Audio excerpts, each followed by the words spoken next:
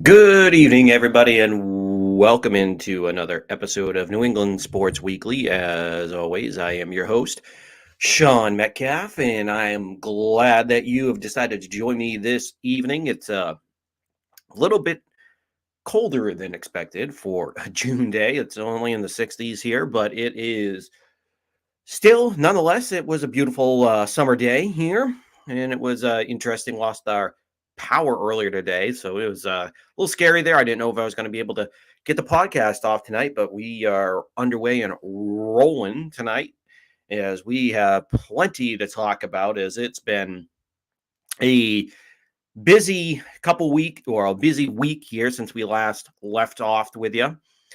Now, obviously, some things didn't go the way that we had hoped.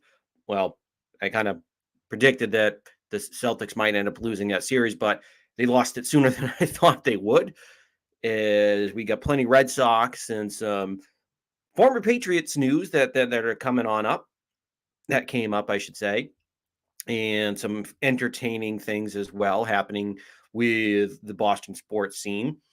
So, without further ado, we'll jump right on into it to our unsponsored segment. So still trying to throw it out there to you.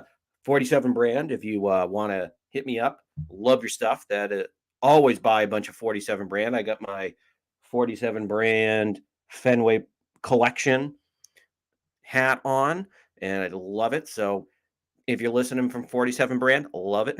And if you want to sponsor a segment, the out of the box segment, that would be perfect.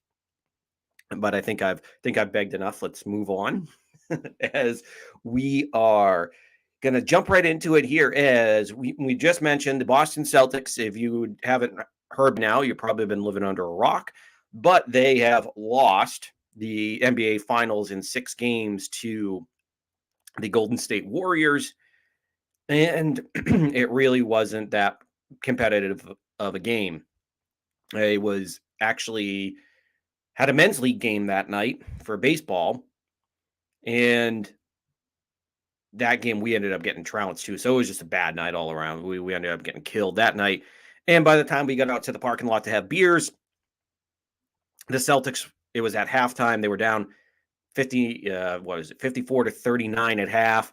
So it was just already a bloodbath. And sitting in the parking lot having beers, at one point the Warriors were up 72 to 52, and it was pretty much game over at that point. And that was the shot where I saw Steph Curry walk down the court after nailing a three, doing the point to the ring finger, like I'm getting another one. So at that, even though when I was waiting in line at McDonald's to wipe away the tears and the beers, I ended up they even though when they were 8 point, they cut it to 8. That was about the closest, and I still didn't feel like that was even doable at that point because you clawed and fought to that point, and it was just going to be a matter of Steph or Klay Thompson getting a 3 to get it back to a double-digit lead, and that's pretty much what happened. So the Celtics season is over. We will get into their post-mortem. We'll break everything down here in a moment. But, of course, the Celtics are over, and we're into the offseason. The draft starts tomorrow night, but the Celtics only have a 5th-round pick, so they don't have a lot to look forward to in the draft tomorrow night unless you're one of those deep sleeper draft guys, and then you might know some of those players in the 50s where they're going to pick. But their season is done. There's some rumors going around as far as how they can improve the team, get some talent in. Will Bradley Beal be coming here since he's friends with Tatum? We'll find out. But season's over, but we'll break it down and look forward to next year. Now, the Boston Red Sox have been hot as hell. They have already won the series against Detroit. So this is 6 series in a row. They are definitely in the wild card race. Last check, and we'll pull it up here.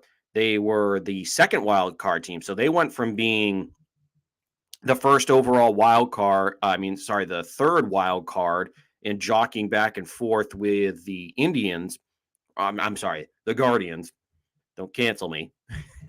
they they went back and forth with them as far as that third wild card spot, but now they are tied with Minnesota. But just because I believe strength of schedule, I believe, and run differential, they are second, and they're only a game behind the Toronto Blue Jays, who they are going to see a lot of here in the next month. So that could change. So the Red Sox are definitely in the thick of the wild card, and they are 7 games above 500, 38 and 31. So they have definitely climbed out of that hole that they got themselves into to start the season.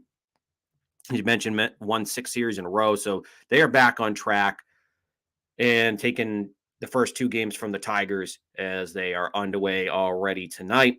But again, because of restrictions and rules, I cannot disseminate anything. I can't go over this game until it ends. But it will be a good summer here if you're a Red Sox fan, because it's not going to be lost like I feared. This was something where I thought we might be in for a long season, the way that it started. But they're right back in it. And some news where tonight Jeter Downs was called up, and he was called up for this Detroit series and made it into the third game. So he's starting at third to give Rafi the night off. And it will be exciting to see him as he's playing third. And actually, they were talking about it earlier. This is his first time playing third base since he thinks high school or summer ball or in that neighborhood, because he hasn't played it in the pros. He's played mainly shortstop and second base, middle infielder with the Dodgers and Red Sox coming up in their systems. So it'll be exciting. He's looked pretty good tonight. But so Jeter Downs is up. Jarren Duran is back up and has been swinging the bat really hot. Had another big one here tonight. And then the Red Sox are on the verge of getting Chris Sale back, as he threw his first rehab game, albeit it was in Florida. It's not the Gulf Coast League anymore. The Florida Instructional or something like that. Whatever Florida Complex Gulf League, something like that. It's a mouthful, but he's down there, and it's basically the instructional low-level league down in Florida. So he played against the Tampa team down in Florida, their Tampa team. So he got some innings in, and all the reports are that he looked pretty good. His fastball is back up to 96, 97. The changeup, which was pretty much just the BP fastball, at least how it was coming in last year, why he didn't use it much, that's back to being devastating. And he's got that slider, so he could have that 3-pitch mix and could be back in it. We'll definitely talk about Chris Sale's impact later on. So that is looking up here for the Red Sox. And of course, they are looking to get some more impact players back, as Kike Hernandez is on the verge of some rehab games. Now, the one kind of downer here was Nathan Eovaldi, who looks like that might not come back as quick as he thought. That was he and Whitlock were the 2 others out there, and Whitlock looks like he's about ready to come back, and that would be a welcome addition to the rotation or bullpen wherever they decide to go. But Nathan Eovaldi's the one kind of downer here, because obviously he and Nick Pivetta have been the 2 rocks of the rotation, and you can throw in Michael Wacha here too, the way he's pitched this season as well. But obviously, not having Nathan Eovaldi and having your full staff out there is not ideal for the Red Sox. But they are going to get some reinforcements here soon, we hope. No official dates on any of these guys, but they are making they're on the comeback trail. So we will see how this all shakes out for the Red Sox. And over in the NFL, former Patriot and Tampa Bay Buccaneer Rob Gronkowski has called it a career again. Because remember, he retired before the 2019 season and sat out that whole season and played us that whole off season. I remember how like 4 times. Oh, I got a big announcement. I got a big announcement. Oh, it's Gronk Party Beach. Oh no, now it's Gronk selling CBD. Oh, now what is it? What other party or crap are you trying to shove down our throats? I love him. He's the best tight end ever. I don't really. Yes, I was a little crabby when all that happened. don't misconstrue this like, oh, you're ungrateful for Gronk. No, I love Gronk. He's one of my favorites of all time. But man, that was something that we didn't need. You didn't need to tease us like that, Gronk. Get out of here. Get out of here with that. But in seriousness, Gronk has called it a career again and released his statement. Basically, this time it was more thinking the Bucks and the Bucks fans. And I'm not really all that upset because when he retired from the Patriots back in 2019, he thanked all the Patriots fans, blah, blah, blah, blah, blah. He went through his whole thing. So I'm not hung up on that part of it like some people are. But he has called it a career once again.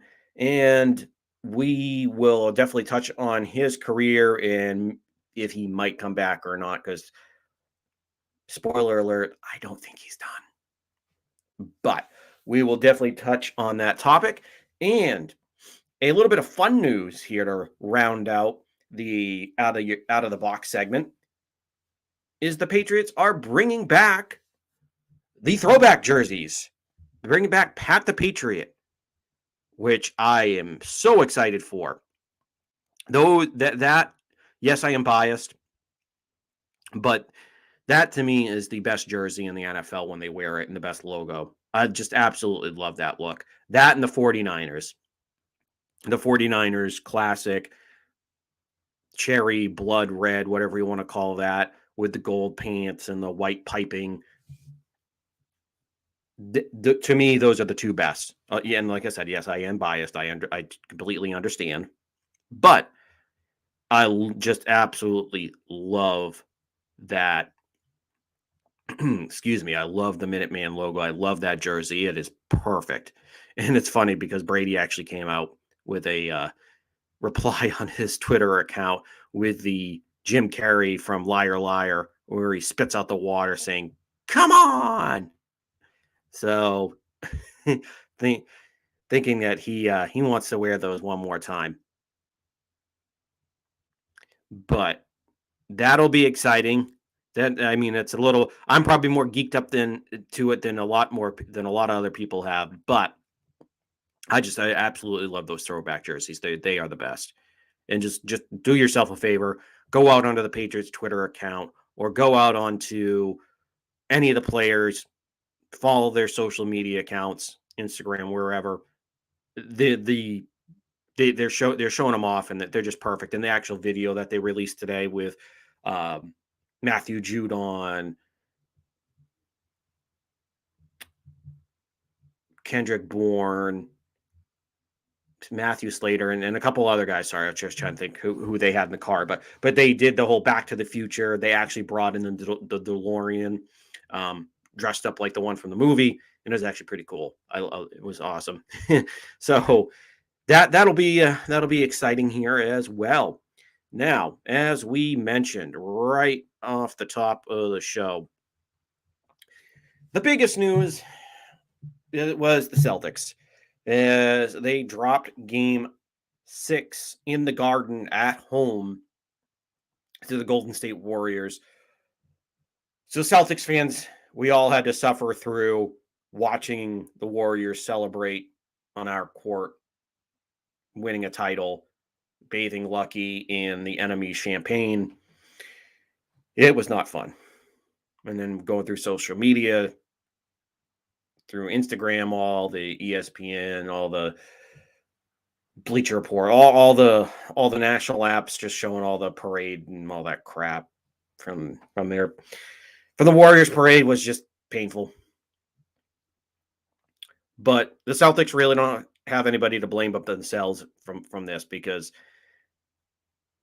The biggest takeaway that I had from this series was turnovers. Don't come at me about any refing, any officials. All the NBA screwed them. No, I'm not. I'm not doing that. No, not at all. The Celtics shot themselves in the foot. You can't turn the ball over 15 times, 16, 20, 22 times in a game or 25 times in a game.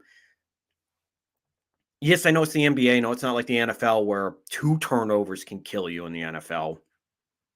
I understand that. But you want to keep it to like 7 to 10 turnovers a game because that's not a fatal flaw.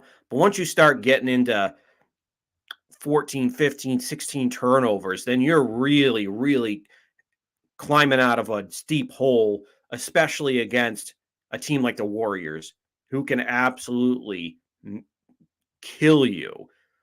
Like earlier in the series, I don't think the Warriors had their feet under. Yes, I know. Obviously, they made it to the finals, so they quote unquote have their feet under them. But they didn't look like the Warriors from games 4 through 6. They just did. They weren't the same. And the classic Warriors from this dynastic run came out where they absolutely just killed the Celtics late in games with some big shots, some big threes, and it wasn't always just Thompson and Steph Curry. Also, guys like Poole and Wiggins stepped up, especially Wiggins. Wiggins might have outplayed guys like Jason Tatum in this series, which hurts if you're a Celtics fan because Jason Tatum's a first team All Pro or first team All NBA. Sorry, I was just talking about the NFL. First team All NBA, and yet he got outplayed by Wiggins. And Wiggins is not a scrub by any means. Obviously, was taken first overall by the Timberwolves, but he didn't live up to the hype, but he's still a solid NBA player. So he got outplayed by them. And the point being is, you can't turn the ball over that many times and expect to have the result and expect to win a game. Now, I saw this basically the second half of that game because, like I told you earlier, I had a men's league baseball game that night, so it was a little difficult for me to see a lot of that game, see the first half because they were up at one point 14-2. They came out with a lot of energy, and you're like, all right, thinking, all right, we're going to make it. We're going to make it to game 7. It might not be a rollover in game 6. Well, it did turn out to be a rollover, but just by the opposite team. You're thinking, all right, we'll win this game tonight. We'll move on to San Francisco and just throw the dice out and see what happens in a game 7. But Golden State had that 21-0 run to take the lead, and it was pretty much history from there.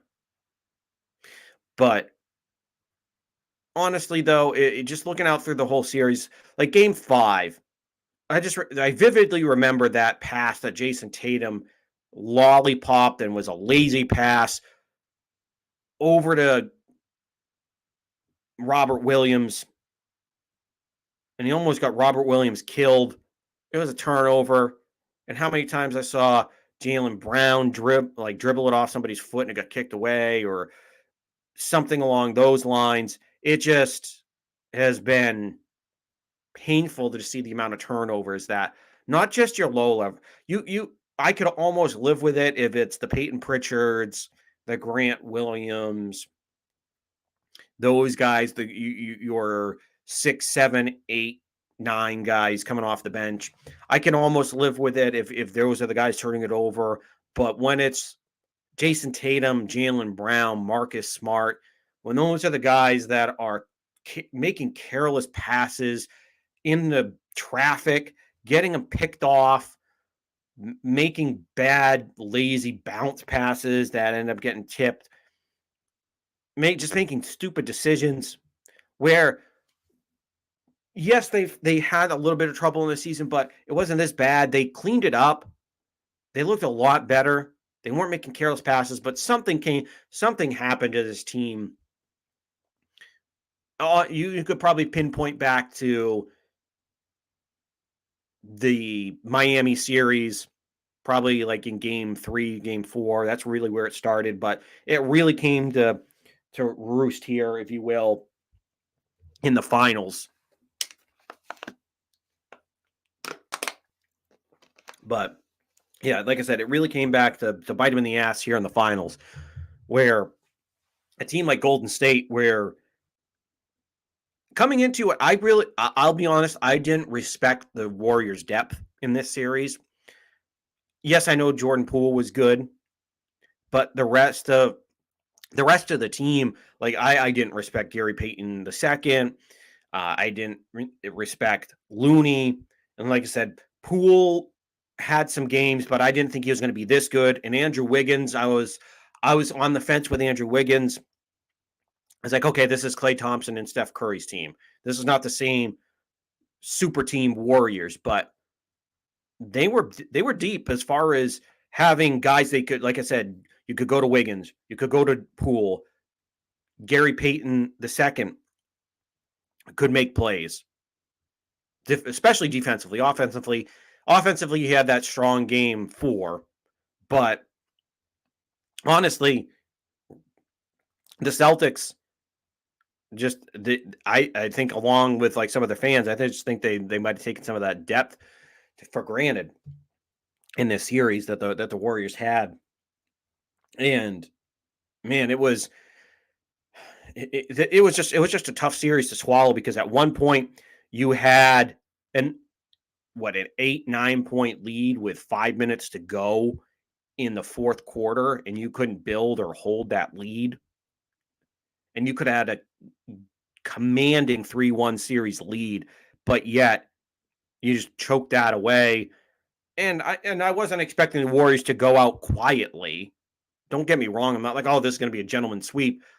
I told you Celtics in 7, but when you're watching it unfold in reality and you have that opportunity to take that type of lead, that's where it's disheartening, is because you know how good that team is, and you know if you can force them back into a corner as good as they are, how are you going to win 4 games excuse me, 4 games in a row at that point?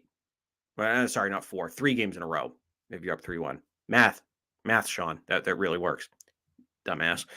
But my point being is that how are you going to, as good as the Warriors are, if you're up 3-1, if you're the Celtics, how could you not win one game? Now, we obviously saw how that all unfolded, but that was just one of the things. Like I said, the turnovers were the biggest killer in this whole series. And the other big disappointment in this was Jason Tatum. God, do I love Jason Tatum. He's the future of this franchise. And I know he's been here, what, 5 years, 5, 6 years. So yes, that's a while, but in the scheme of things, he's only 24 years old. He's just coming into his prime. He made his first NBA All NBA team. So obviously he's 24 years old. Jaylen Brown's 25. So the core of this team is still very, very, very young. And they definitely have a big opportunity to make it back to 1, 2, 3, probably a handful more of finals. They have an opportunity to really turn the East into their own conference. Well, pretty much they could turn it into the volleying back and forth with, all right, this year it's Boston, next year it's Milwaukee, or Boston has it for a couple of years, and so doesn't Milwaukee, or something like that. But it's pretty much going to be Boston and Milwaukee is going to be my opinion, because I just don't see Brooklyn really keeping all their stars, because it just seems like Kyrie could be out, and then Durant might say, well, I might be taking a hike. Maybe. We'll see. But And Miami's always going to be a tough out. They always will. But as far as like serious title contenders, is probably going to be Boston, Milwaukee. And obviously, looking at the 30,000 foot view, yes, we never thought Boston was going to be here, especially back at the end of December, beginning of the new year, when you're 19 and 21, below 500. You're just hoping you can make the playoffs, hoping you can get out of the playoff round, the play-in round, and then you go way past everybody's expectations, go to the NBA Finals, and force a game 6 and have an opportunity to force a game 7 against the NBA's premier dynasty over the last 12, 13 years. They took the mantle from the Spurs, is basically what they did. And they also showed the NBA that, well, the Celtics and Warriors basically showed the NBA that this is how you can build teams. You don't have to have the high-priced big 3 super teams to make it to the finals. And yes, I know the Warriors had their own super team when they had Kevin Durant. I know.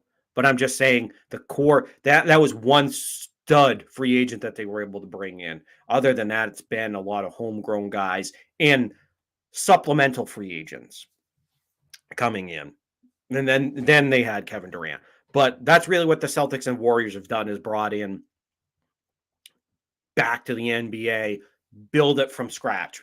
You draft the guys, you build them up, and then you go out and use your money to get parts that you need, or you can go get that big free agent. But it's not the Miami Heat team, or it's not like the LeBron James, I'm going to go to Miami, build a super team, going to go out to LA, build a super team, or a lot of these other teams that were trying to build them up, like with the Brooklyn Nets, LA Clippers, a lot of those places trying to bring all these guys back together. So that's what those from the 30,000 foot view, those were some of the good parts. And obviously, Jason Tatum took a gigantic leap forward individually, became a playmaker, and he set himself up for a bright future to be in the running for multiple MVPs and hopefully multiple NBA titles. So hopefully this is just a bump in the road, but just kind of dialing things back down to that smaller view. Again, just looking back at the finals, as good as the rest of the season was, it was just a disappointing end. And like I said, Jason Tatum just came out and laid an egg in this finals. And you can pull up the box score and you can show me, oh, he had a couple 20-point games. He had that big 13 assist game in game 1. That's all well and good. But Tatum just didn't show up in the fourth quarter. He didn't show up in those tight moments. The moments where you need your superstar to show up and get you into a tie, stem the tide. So when the Warriors are chucking up 2, 3,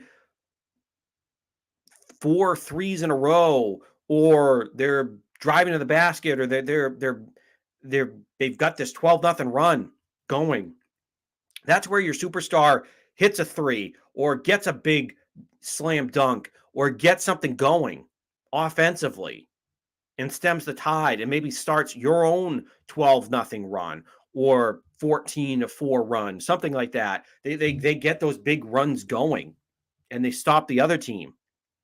And Jason Tatum just didn't do it. He just was a no-show especially the fourth quarter. That he had, what was it, game 5. He ended up having a decent third quarter. But and I know people want to point towards the shoulder. And honestly, I really hope it was the shoulder, because this is a guy that played well all season long, was in the discussion for an MVP, made the All-NBA team. And he played well all the way through the first round against the Nets.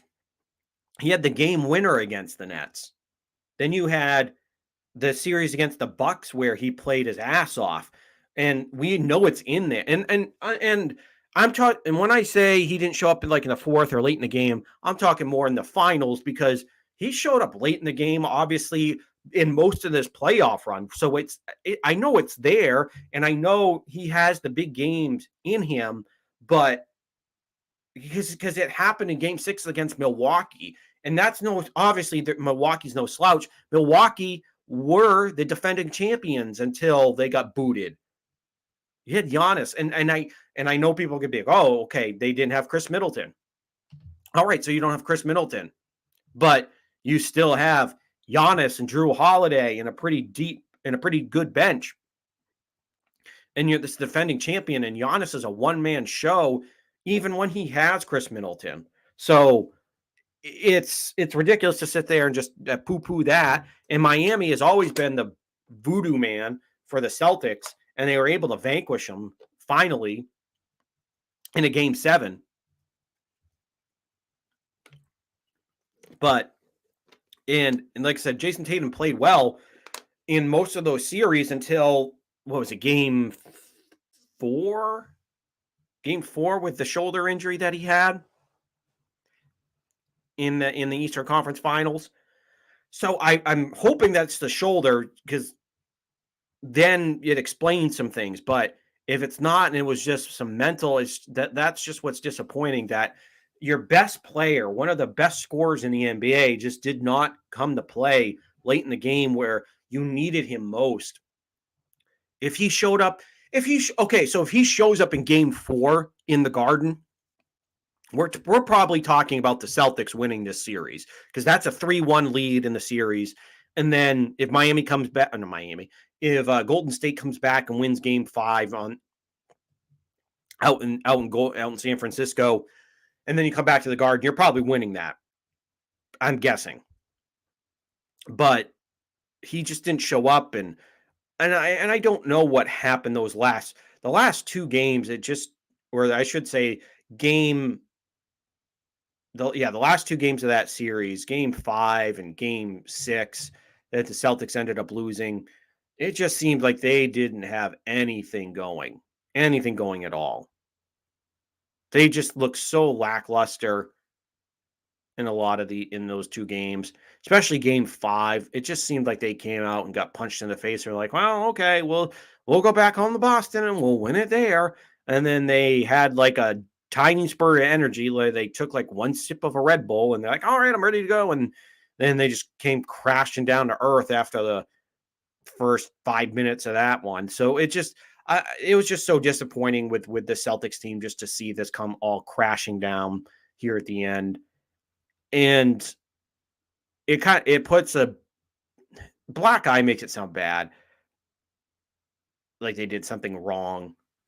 But just to have this scratched up, marred up at the end with the performance that they had over the last 3 games, it does suck, because this was a really good season. They made it way further than I ever thought they were going to make this. But obviously, it's all about winning titles. I'm not going to sit here and try to play the moral victories game, because it's all about winning actual titles. And you came up short, but you at least have to feel better about but the one thing I will say is you do have to feel better about yourself moving forward, because this was a team that coming into the year you didn't expect a lot out of, and you're just hoping that maybe the coaching change gets a little bit of the fire going, and maybe we just build something here. We build a little bit, we get into the first round, maybe we win that, but then anything after that, it's like, okay, if we lose, we lose, because you weren't expected to be a true title contender. But then after January through March and early April, before the playoffs, when they ripped through basically the rest of the NBA, and you're like, wow, this is real. This is for real. That's when you had to dial the expectations way up. So this team shot way past expectations, but now they've set the bar really high, and we know they can make it to the NBA Finals. We know what they're very capable of, and obviously it's not going to be a cakewalk in the East, but you have an opportunity here now probably the next 5 years to get back to 1, 2, hopefully more titles, NBA Finals here, and have your chance to write your name in the history books and finally win it. But obviously, to get there, you have to deal with this disappointment that you had against Golden State. And in my opinion, you're going to have to improve probably in your bench, but is going to be your biggest thing that you're going to have to do is your bench. Because in the finals, one of the other things that was not hard to watch, but that was glaring, is that guys like Peyton Pritchard and Grant Williams, who had showed up in other parts of this playoff run, just were non-existent in the finals. You barely had any bench scoring outside of the first game. Game one was the only game where your bench showed up. He had Derek White have a big game. Then he cooled off and didn't show up for the rest of the finals. So you need to find that guy that can consistently come in, get you 12, 14 points a night. Maybe you go out, find that veteran, you get him to come in, but you also have to make sure that he's not a complete defensive liability, because that's the thing with this team is they've built a team around all-around players. Now, I think if you have if you can probably get away with having maybe one of those out there, maybe one or two, because you have Peyton Pritchard, maybe you get one more, but you try to probably first off find an all-around guy that you can get 12, 14 points a night. And then if and hopefully he plays decent defense. If not, maybe you just go get in a big times, not big time, but like a good score threat off the bench. Now, I'm not opposed to making big moves, and Brad Stevens, who is now the GM, did come out and in his press conference yesterday basically was saying that he's basically got the green light, the thumbs up from ownership to do whatever it takes in this case. So does that mean that they're going to go out, sign a big time free agent? Now, the Celtics aren't in the best of cap shape, but they do have some flexibility with that player trade exemption that they have to use by I think by the end of July. And then obviously it seems as though the Celtics ownership, though, is willing to go over the tax threshold. And if they do that and they're willing to pay for it, then yeah, go out and sign a big time free agent. And one of the obvious one out there right now is going to be Bradley Beal, who looks like he's going to opt out of his contract. At least that's what it seems like. Nothing official as of yet. But if he officially opts out, obviously he and Jason Tatum grew up in St. Louis together. I believe Bradley Beal's 4 years older. He's 28, I think now. 27, 28, 29, so somewhere in that age range.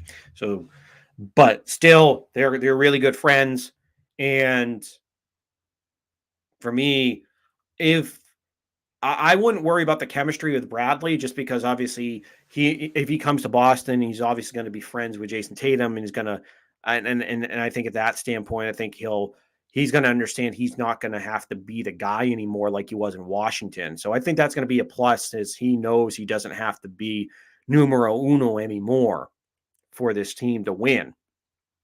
So I think it could be a good thing there for the Celtics if they bring him in. And I don't think he's going to be a Kyrie or Kemba Walker or kind of be a malcontent in there per se. But I think it could work out. It's just a matter of how do you go completely and blow things up? You go bring in the big time free agents. Do you make that big trade? And I think if you can bring a guy in like Bradley Beal to get another consistent scorer, although you would have three wing players, and I know it's the positionless basketball now, but and Bradley Beal isn't the greatest defender, so that might kind of harm you out there from that standpoint. But if you can get those three big scorers, then as we saw in the playoffs, if you can get that one other guy, that one other scorer to supplement you, then that might be what the Celtics need if you can go that route. But I would honestly, I would prefer, because I like the core that they have right now, I would honestly prefer if they go get that veteran scorer off the bench. And I'm not talking about the corpse of like some 38-year-old veteran, but if you can get like a 32, 33-year-old guy, or even some guy like like just entering his 30s, or you get somebody like that that's been matured and knows where he wants to be and knows that he wants to play for a title, come in off the bench, lengthen things out.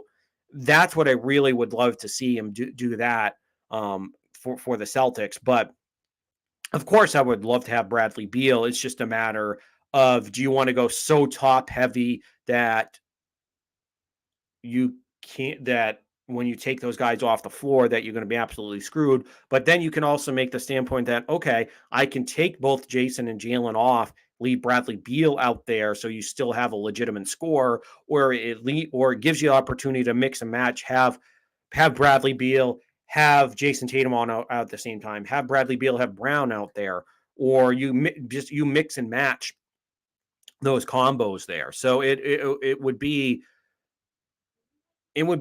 I think it would be a good situation. So I think they could make it work from that standpoint.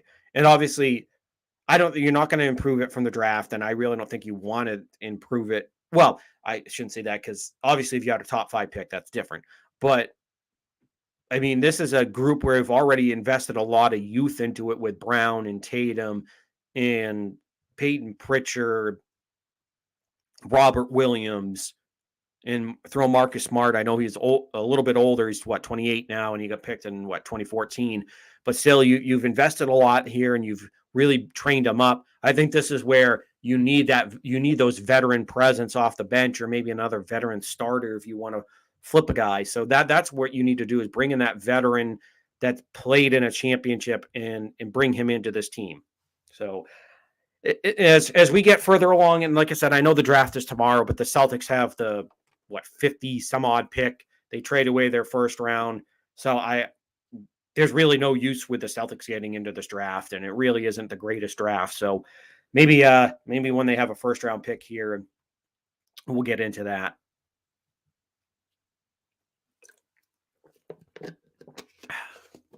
So, as we mentioned, the Boston Red Sox are white hot right now. Maybe not as hot as the New York Yankees, which pisses me off that the Yankees just keep on winning and winning and winning and winning. And the Red Sox have kept on winning and winning and winning. But the Yankees have just had a few more wins than them. So the Red Sox have not been able. The funny thing is, they finished April 10 games out when they were, 10 games under 500, when they just looked bad, when they were 10-19. And New York, and now they're 12 and a half behind New York after they've just ripped off so many wins. That just shows you how good they are. Now, give me like 5 minutes while I go in the bathroom and I just puke my brains out because I had to say that the Yankees were good, and I just feel dirty for saying that. But the point being is that the Red Sox the good news is that they're red hot. And like I mentioned earlier in the show, they are well within the wild card race. They are now to the second wild card team, because they're going to be battling this out with Tampa and Toronto and whoever flip-flops with the Central between Minnesota and Cleveland at this point. So they're well within the wild card. So they're back. They're 38-31. And honestly, they are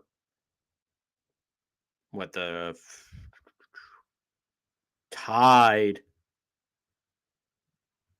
for the 4th best record in the American League. It's them in Minnesota, because Houston's at 43-25. New York is at 50. New York's the top at 50-18.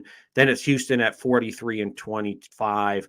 And then you have Toronto, who's at 39-30. And then you look at the Red Sox at 38-31 and Minnesota at 38-31. So for a team that was at one point third to last or fourth to last, where it looked like it was going to be a lost season, they've absolutely turned everything around, and they look like next to the Yankees and the Astros, they look like they're in the class of the American League. And this is where I thought they would be, right in the mix for a wild card.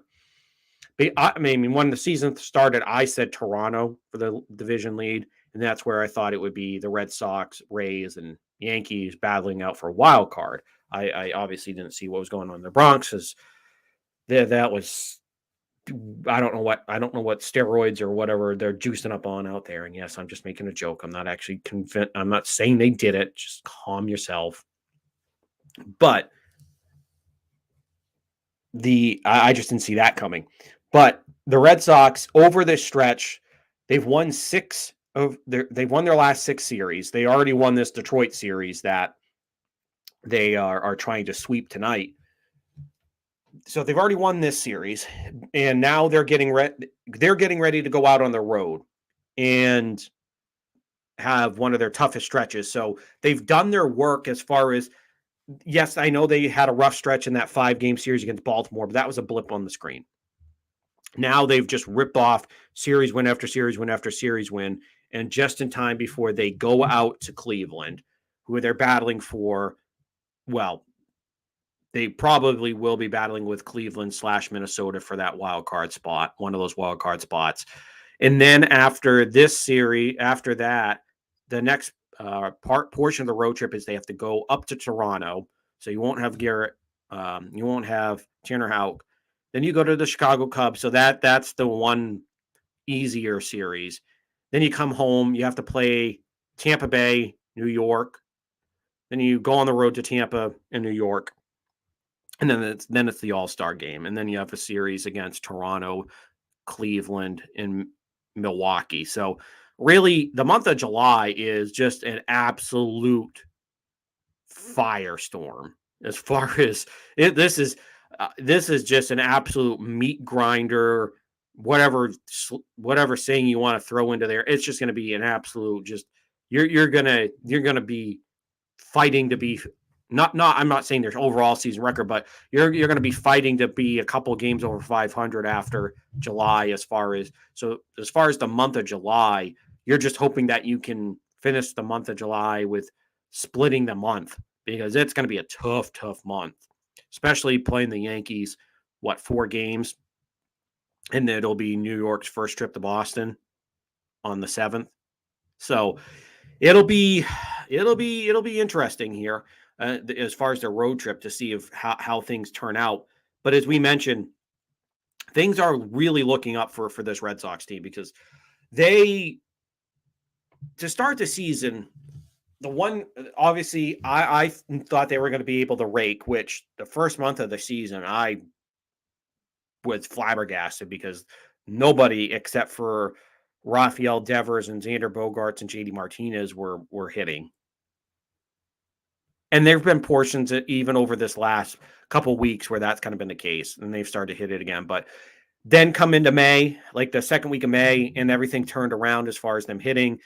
You had guys like Verdugo, Trevor Story absolutely was on fire. He cooled off, and now it looks like he's going to be back on fire again. So the bats have definitely woken up, and then you've settled first base down. Maybe not obviously long term here, but maybe at least until you get Tristan Casas back and healthy, who has been injured and working his way back down in AAA. But maybe if you don't think he's ready for this year, maybe you could get a veteran first baseman. But at least Franchi Cordero's come in, and he has been an actual pretty good piece for you. He's last year he was just a strikeout machine, and he didn't look ready for the majors. Yeah, he has a ton of power, but it didn't show. It just didn't show up enough. But this year he's become a completely, not different, but he's really retooled his game. He still has all that tremendous power, but he's making a lot more contact than he did last year. He's coming up with some pretty big hits this season. So you're getting those contributions. So the lower levels of the lineup have figured it out. So they're hitting again. The starting rotation I thought could be solid. I didn't think it would be as good as it has been. And obviously early on, Nick Pivetta got knocked around.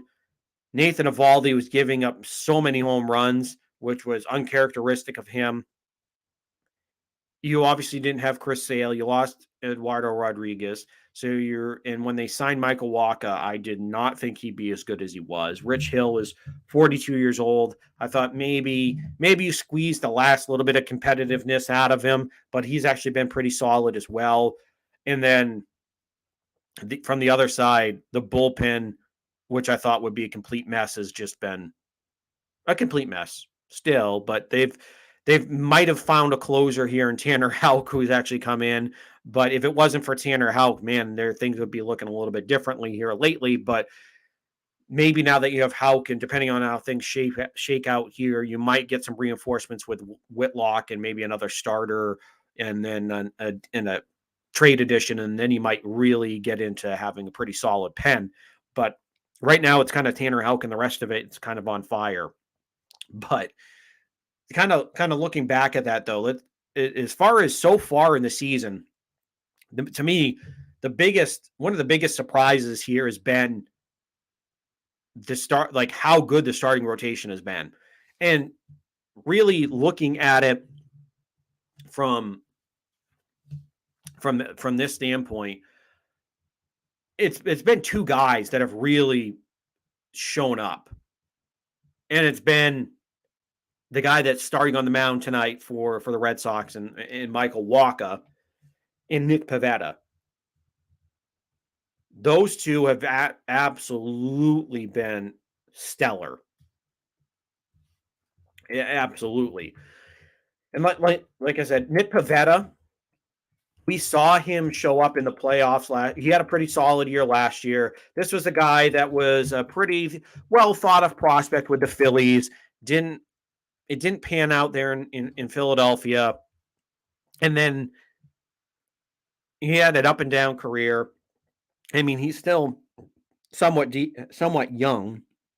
He's not like he's 33, but he looks as though he might have panned out.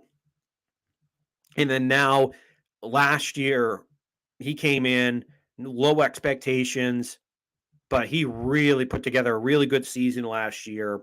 And in the postseason, though, he showed us a whole nother level in the postseason last year. Playoff Pivetta was amazing.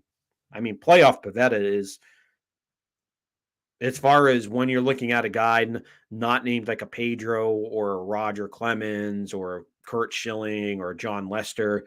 I mean, he came to really play last year. He was on a different level in the playoffs, and it's been great to see him out there. And as far as Michael Wacha, he has been a revelation. That's a guy that was a highly thought of. He was a top tier prospect for the Cardinals.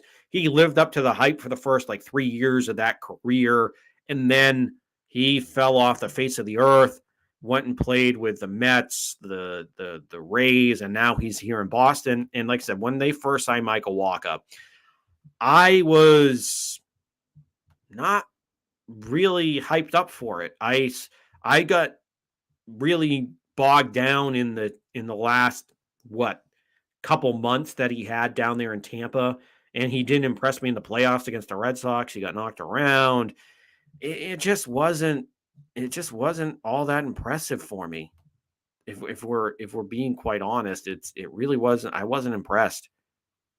But he's somehow found the fountain of youth, and he's gone back to being the Michael Wacha of 2013, 14, and 15.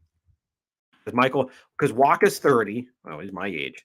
Jesus, I'm making myself feel old, for Christ's sake.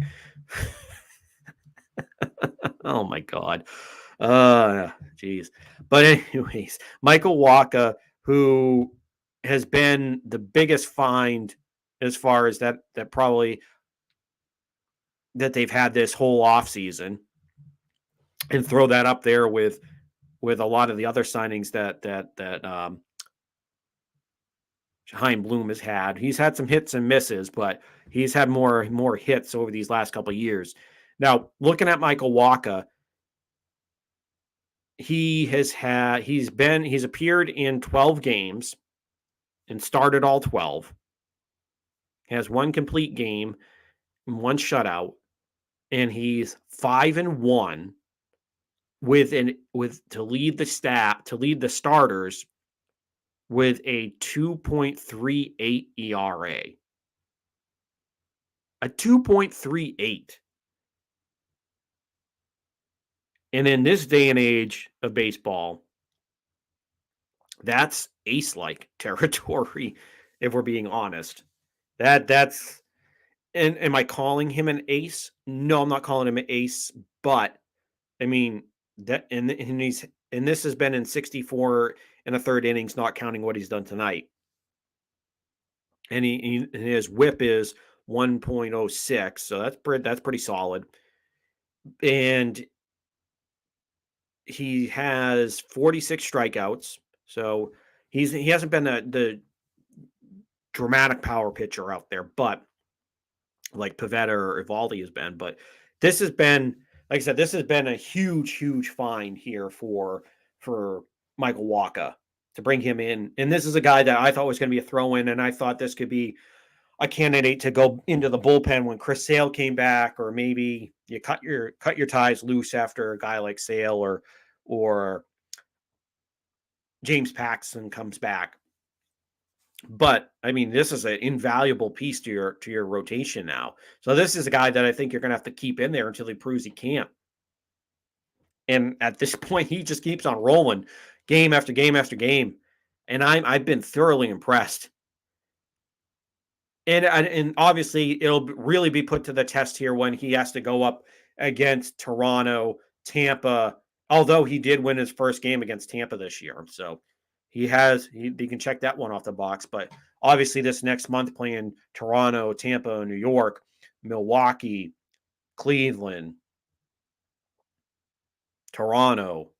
Just trying to think who else who was in there. Minnesota. So when you have to go play a lot of these high quality, the top of the cream of the crop teams out there, then we're really going to see what he's made of. But I mean, he's thoroughly impressed. And then going back to Nick Pivetta, like I said, he's also been the other anchor of the rotation with Nathan Eovaldi missing some time and waiting for Chris Sale to come back. But Nick Pivetta, my God, he's just been amazing. He's made 14 starts, one complete game. He's 7-5. And let that kind of sink in too, because he started 2-5, 1-5, or 0-4, something like that. He didn't have a good April. He's absolutely bounced back in the biggest way possible. So he's 7-5. He's brought his ERA all the way down to 3.31. So Nick Pivetta has absolutely gone out there and dominated. Absolutely dominated. And this year, and that's out of 81 and 2/3 innings, 82 strikeouts, which leads the starters. And this is a guy, if you look over his last 7 games that he started, he's 6-1 with a 2.06 ERA. He's almost sub 2. He's getting to that point where he's almost sub 2 over his last 7 games with 49 strikeouts and a whip of 0.88. So he's just absolutely dominated. Absolutely dominated. So this might be a case where you might see either Michael Wacha might be in the spot to be an all-star, or Nick Pivetta might be in the spot to be an all-star from the pitching standpoint. So that would be something to see one of those two guys make the all-star team. But they've absolutely been tremendous finds for the Red Sox. And that's been the biggest thing that surprised me so far early in this first half of the season. Has just been where they've gotten the pitching, and to kind of couple this together with the bullpen, because I know I talked about I'm still not a big fan of the bullpen. It still needs an overhaul. We still need to bring in some more pieces, But what I would like to see happen here for the Red Sox is that when they get Chris Sale back, and the way they've talked, they're pretty much saying that he's going to come back as a starter. So if he comes back as a starter, and once Garrett Whitlock comes back, put Whitlock back in the bullpen, because now that you have Tanner Houck, who has proven himself out there. Well, I shouldn't say proven, because it's 4 or 5 appearances as the closer. How many saves? So yeah, 5. So he's had 5 save opportunities and has five of those saves. Now, obviously, the rest of the bullpen has been horrible in those opportunities. Hansel Robles, they've had the most blown saves. Because look at this, Hansel Robles has had 6 opportunities, only has 2 saves, so that's 4 blown. Austin Davis had 1 save opportunity, blew it. Garrett Whitlock, which this one I would probably put up there in a different category. He's 1 for 2 in save opportunities. Matt Strom, who's been solid as the closer when he had his chance, but still, he's blown 2 saves. Schreiber and Houck have been perfect. Jake Diekman's 1 for 4. So the Red Sox have had blown the most saves so far in Major League Baseball, and it's not even funny. So Tanner Houck, who's had his opportunity, has really taken it and run with it. And he's had to come into some situations where there have been some fires that have gotten started over in that Cardinal series, and even here in this Tiger series, that they've had to come in and put him out. And Tanner Houck has come in there, and he's had stuff that kind of plays as a closer, because when you're throwing like 95, 96 as a starter, you can kind of go in there, ramp it up, throw 97, 98.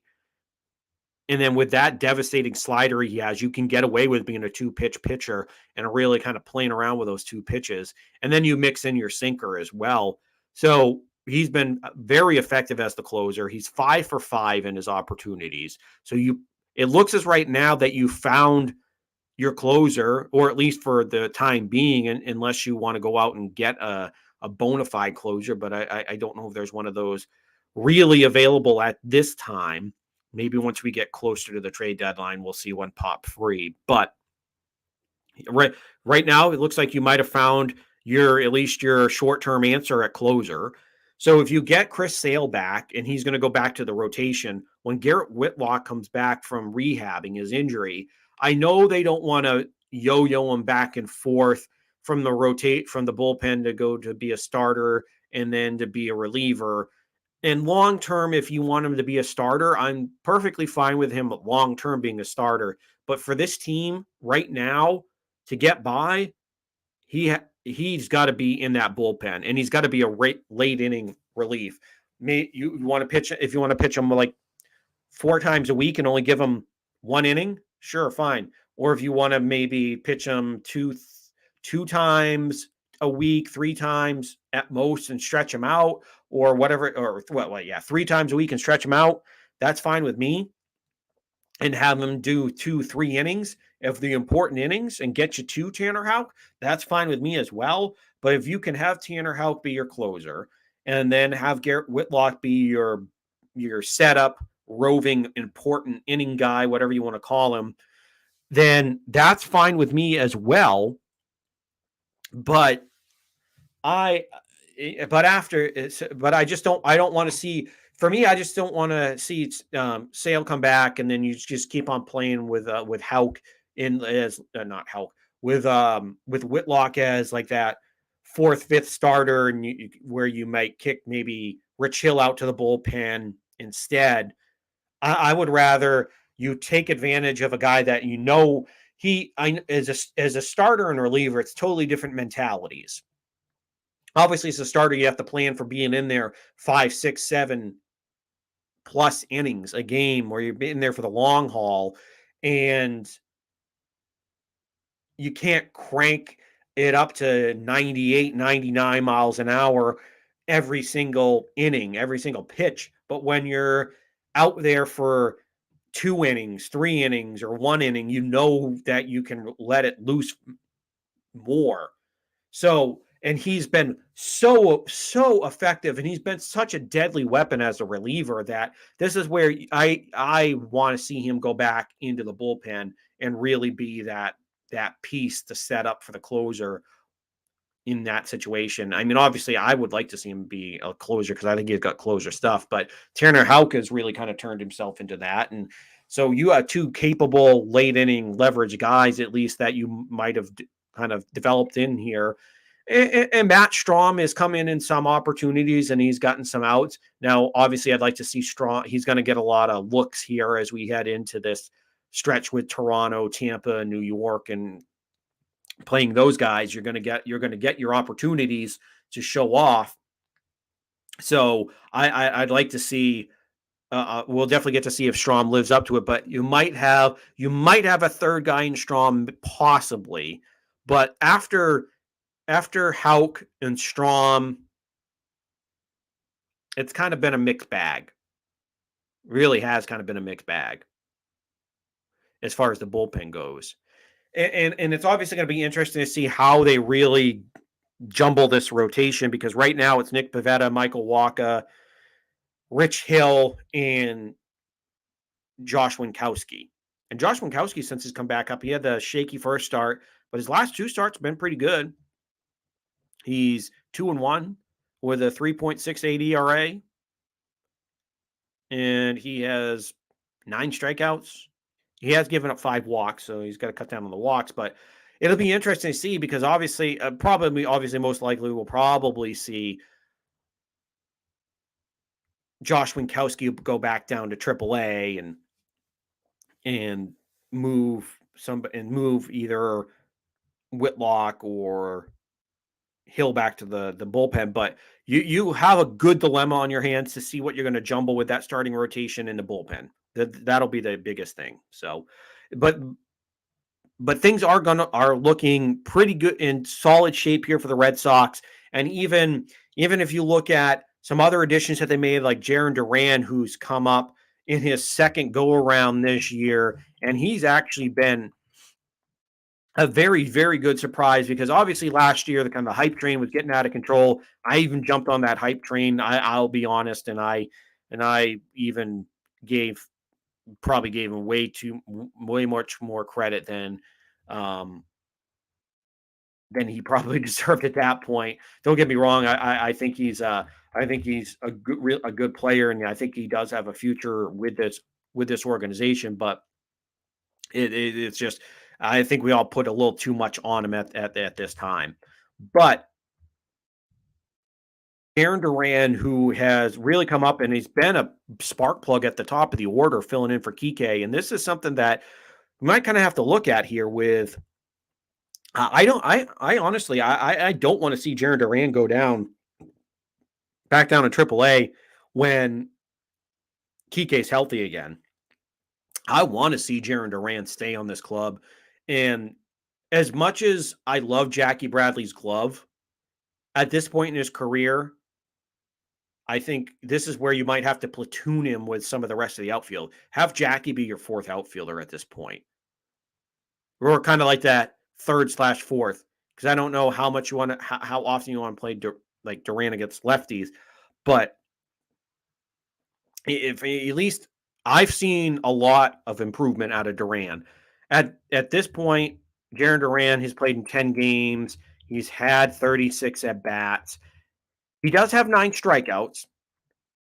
So of course that's still a healthy, that's still a little more than I'd like to see in that amount of at bats. But I mean, last year, if he came up in 36 at bats, we'd probably be looking at 15, 16 strikeouts, close to 20 maybe, because that was the clip he was at. So he's really cut down on the strikeouts. He's batting .306. He already has 2 stolen bases, which is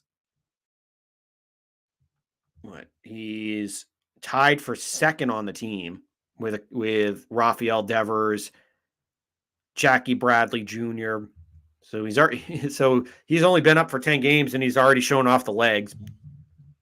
He doesn't have any home runs yet. He almost had an inside the Parker yesterday. He's got says 2 RBIs now, but he did get a couple tonight, so he's up to 4. So he's really, to me, he's kind of come in this year with the expectations being lower because we all thought we saw he had 25 home runs in the minors last year, or 15, and he was really raking down at AAA. But this is where I think this is a guy that's understanding I have power, but I don't have to absolutely smash it every single at bat now that I'm up. So this is a guy that I think has learned what he can do as far as using the speed, becoming a little bit more contact oriented instead of maybe being a guy that I have 30 home run power. It's in there, but maybe I don't go up there trying to smash the ball every single time. And especially playing in a park like Fenway, if I get it into those nooks and crannies, I can run and go forever. So this is a guy that obviously the Rafael Devers, the Xander Bogaerts, the JD Martinez, those guys, and Trevor Story, those guys have picked it up and they've really, really come to play. But it honestly, he's been one of the fresh surprises here for this club. So I'm glad that he's up here and playing well. And of course, like we just mentioned, the big boys are raking. Trevor Story, yeah, he is hitting 220, so it is a little disappointing for him. I wish he was probably hitting around like that 260 mark. But that first month of the season really was brutal. But it looks as though he might be on another one of those hot streaks as he's gotten a couple more home runs over his last couple of games. He's second on the team behind Devers. He's got 11 home runs. He has 48 RBIs leading the team. So he's getting his opportunities. And I know some people are like, oh yeah, RBIs, they don't mean as much as they do. I call bullshit on that one because this is where there obviously runs batted in. Those are the guys you're knocking in to score runs to help you win the game. And he's a guy that's not missing when they're on, at least lately. Since May to now, he really hasn't been missing with guys on base. He's driving them in, knocking them in. And that's nice to see that he's starting to pick it up again. And we're starting to see the power come here for JD Martinez. He's up to 8 home runs. It looked as he was stalling there for a little bit, but he's starting to pick it up again. So it looks like JD's probably going to finish with like 25 to somewhere in that 25 to 30 mark, probably in home runs, probably by the end of the year. And obviously Xander Bogaerts, he's doing Xander things. He's hitting 320, 332, so he's hitting really well. But obviously the one thing here that's been probably the thing that's kind of gone under the radar with how crappy the season started, and now everything is kind of turned around, and all the pitching, Michael Wacha, with the performance of the bullpen, with other things kind of going on around this team, especially positive now lately. Rafael Devers is just, I wouldn't say quietly because he's starting to get noticed this week, but he's having probably his best season that he's had. Because if you look at him here, he's got 16 home runs, leads the team, 43 RBIs, and is batting at 328. So he's top 5 in home runs. He's either top 10 in RBIs. He's top 5 in the batting average, and he's got an OPS of 982. So he's absolutely raking at the plate. So this is a guy that obviously he still has 1 year. He still has another year team control, but this is a guy that just the price just keeps going on up and up and up and up. But if you're the Red Sox, you just have to, at this point, can't afford to lose him. You just got to back that Brinks truck up, and you got to give him that $350 million deal, the 375. You basically, I'm not saying you give him a $500 million at 500 or 600 million, but I think this is where you're going to have to give out that $300 million, 325, 340, 350. You're going to have to be in that territory to wrap them up because this is a special player. You can't let him walk out the door. So, and again, and obviously with Xander Bogaerts as well. So those two guys, you can't let them walk out the door, and they're both performing to their level or well above their level. And Rafael Devers is having, if it wasn't for Aaron Judge in New York, if it wasn't for Judge, we'd probably be talking a lot more about Rafael Devers as far as for in the MVP conversation. And of course, he's in even this year, he's even improved the defense. He had a little shaky start to the first month, but he's really picked it up. And this is a guy that I don't know if he's going to go down the Gold Glove level, but he's definitely a guy that's really improved that defense where you can afford to pay him long term at third because I think that glove is going to be able to stick there. I think I listen, I never thought that he was going to be a complete butcher his whole career over at third, but I didn't think it was going to improve this fast as far as the way he's played over at third base. So he's improved himself vastly at third, and this is a guy that you have to lock up long term. And that's just been something I've been thinking about a long time here with when it comes to Rafi. So honestly, everything is kind of really turned around for this team. It's all kind of come back together for them, and I love the direction that they're going in. And obviously, you're going to have to buckle up here for the month of July that we're getting ready to head into, because this is going to be an absolute meat grinder that they're going through. And hopefully they come out on the right side of this, and hopefully they're still within the thick of that wild card. But this is really where you're going to have to make your money in this month. But they set themselves up in a pretty decent position here now that you're up into the second wild card spot. Now you have a chance to really move up. And of course, we'll keep an eye out on how things go here for the Red Sox. All right. Well, we touched on a lot here today. I know we didn't get to a lot of the Patriots news, but there hasn't been as much going on. As we mentioned, we talked about Rob Gronkowski. He retired. Well, we'll get actually we'll just talk a quick little bit about Rob.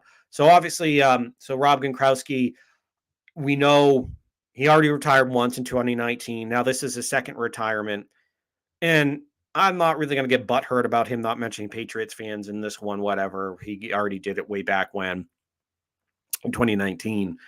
And for me, this is more, because honestly, I'm not going to get butthurt about it because I think he's probably going to come back. Give him halfway through the season.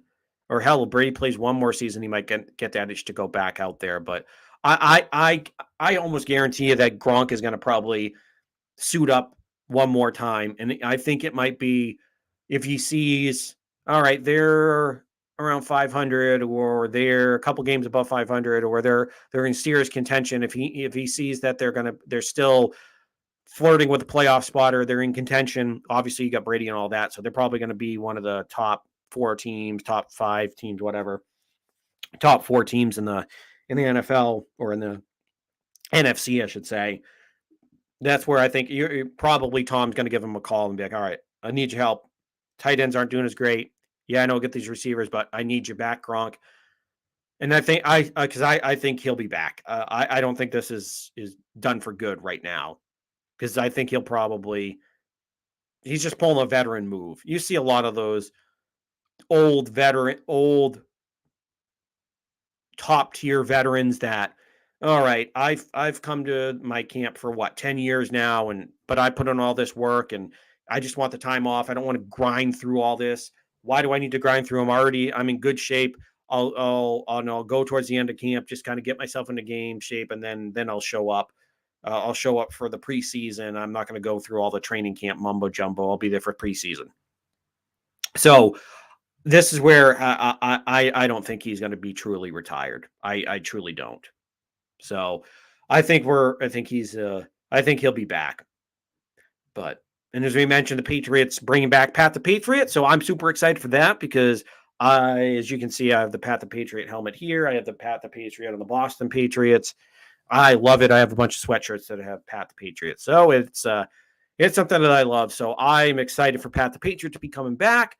So basically, I'm telling the Patriots and NFL to take my money when it comes to Pat the Patriot, because I will be buying probably a throwback Mac Jones jersey, maybe a throwback Ramondre Stevenson jersey or two. and probably some throwback Patriots t-shirts. And I know they already have some of the throwback gear out there, but now that it's coming back, they'll have more of it available, more of it readily available. So I will definitely be forking over some cash for some of those sweet, sweet throwback jerseys that they have. So that will definitely be fun. And I'm sure a lot of you out there, because I know a lot of people out there that like that throwback as well. Those uniforms are probably the sickest ones out there. They are the best. They're the sweetest. I don't. You can argue me all you want, but I'll stick up for Pat the Patriot and those throwback jerseys. They're the best. But I'm just excited for that. But that will do it for us, folks. As it's going to be a lot of baseball from here on out until we get to, I don't know, maybe the second, maybe like the second, third week of July when we start getting into training camp. So it's gonna be pretty heavy baseball here, which is fine with me because I love my baseball. So it'll be heavy baseball here. Any off-season news with the Celtics as they trade for that piece to hopefully get them over the hump to get that finals win. We'll talk about any of their off-season moves, anything going on with the Bruins. We will talk about that as well. And of course, we will get geared up here for Patriots training camp, which will be coming at the end of next month. All righty, folks. Well, you have a good rest of the week. And of course, remember to subscribe to the show. It should be right around there on YouTube. Get all your updates and hit that. Follow the show on Spotify or SoundCloud as well. Hit the like and subscribe on the show as well. And remember, you can find us by searching New England Sports Weekly. And of course, follow us on the socials at NE Sports Weekly on Twitter, or on my personals at Sean_Met28 on Instagram and Twitter. And send me any questions. And of course, remember, every week at 8 p.m., we do this live stream every night. And the chat section is always open, so you're welcome to join and watch live and send any questions. I love hearing from you folks. It's always a blast interacting with you. But until next week, I've been Sean Metcalf, and you have a good one, folks.